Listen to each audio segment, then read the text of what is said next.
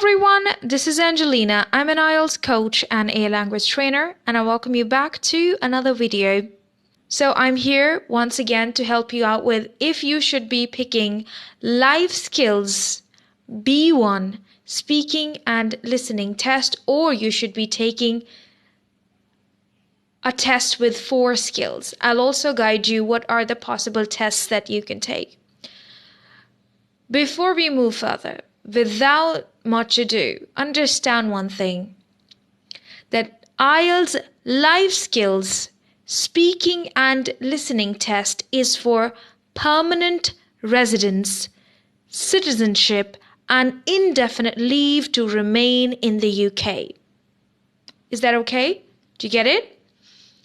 So people who get a citizenship or people who apply for indefinite leave to remain in the UK. Indefinite. What does it mean by indefinite? Indefinite means indefinite, right? There's not a limited period like 2 years, 1 year, or 5 years. It's indefinite leave to remain in the UK. Now, if someone applies this one, they automatically get a work permit. They get the permission to work in the UK because they get their citizenship and indefinite leave to remain in the UK. So it completely depends on the visa type as well. Like what type of visa are you applying for? Is it for a definite period, a limited time, or is it indefinite leave to remain in the UK? Now let's talk about the skilled worker visa. Either you're a milkman, you're a chef, you are a house help, you are a caregiver, you are anyone, even if you want to do any sort of job, any sort of employment for a limited period of time where you apply for a visa for a certain period of time. That's not indefinite, but that is definite. Usually people get the work permit or the permission to work as an employee in the UK for 1 year, 2 years, 3 years, 4 years, and maximum 5 years. It's never more than that. Maximum 5 years, yeah? So you need to understand one thing, that what kind of visa is being applied. I'm just going to share one experience with you guys. One of my students who was working in Dubai, and that student was working in the company Mercedes, right? Something like it, like automobile company. That was a skilled worker visa, right? But the employer applied for indefinite leave to remain in the UK, and then the person took the test, IELTS life skills speaking and listening test. Yeah. So it just depends on what type of visa is being applied. For all those people, even if you're a milkman, even if you want to work in a restaurant, if you want to be a manager, if you want to work as a delivery man, no matter what, all the job descriptions along with their codes are available on the official website of UK government, right? So you can check there as well. I can mention the link to that website in my description box as well. You need to keep this thing in mind, that life skills B1 is for indefinite leave to remain in the UK, for permanent residence, and for citizenship or citizenship naturalization. British citizenship naturalization. Okay, is that clear? Okay, now moving on to this section, that is your skilled worker visa. So many people, they just want to take this test and go to UK. This is not as easy yet. There's so many people who are running away from this test, yeah? Because this is a bit harder. They just want to take this one and go to UK and work there. This is not how it works, okay? This is for a different purpose, and this is for a different purpose. If you're applying for a skilled worker visa, you have to be good at English. This means that you must have B1 level of English, that is intermediate level of English, not just your speaking and listening, but your reading and writing as well. And that really becomes a problem for so many people because they don't know how to read or write. I'm going to repeat myself once again, even if you are doing the work of an electrician, if you want to do the work of a plumber, if you want to do the work of a milkman, if you want to work as a cashier, any job that you want to do in the UK under skilled worker visa that is for a limited time period, you must take these 4 skills: reading, writing, listening, and speaking.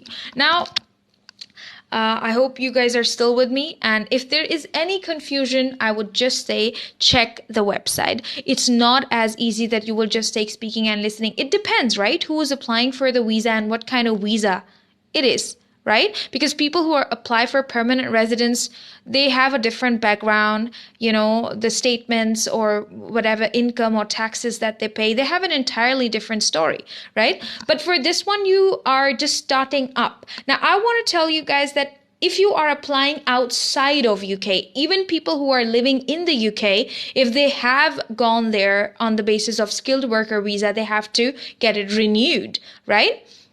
Unless or until they apply for their permanent residence there. So first of all, I would like to tell you about the test that you can take if you are applying outside the UK, like your home country, any country you can apply from. These are the 2 tests, rather 3 tests. I'll mention them in here. On top, we have Language Cert B1 that I recommend my students to take because this is easier than this second one. That is General Training IELTS UKVI.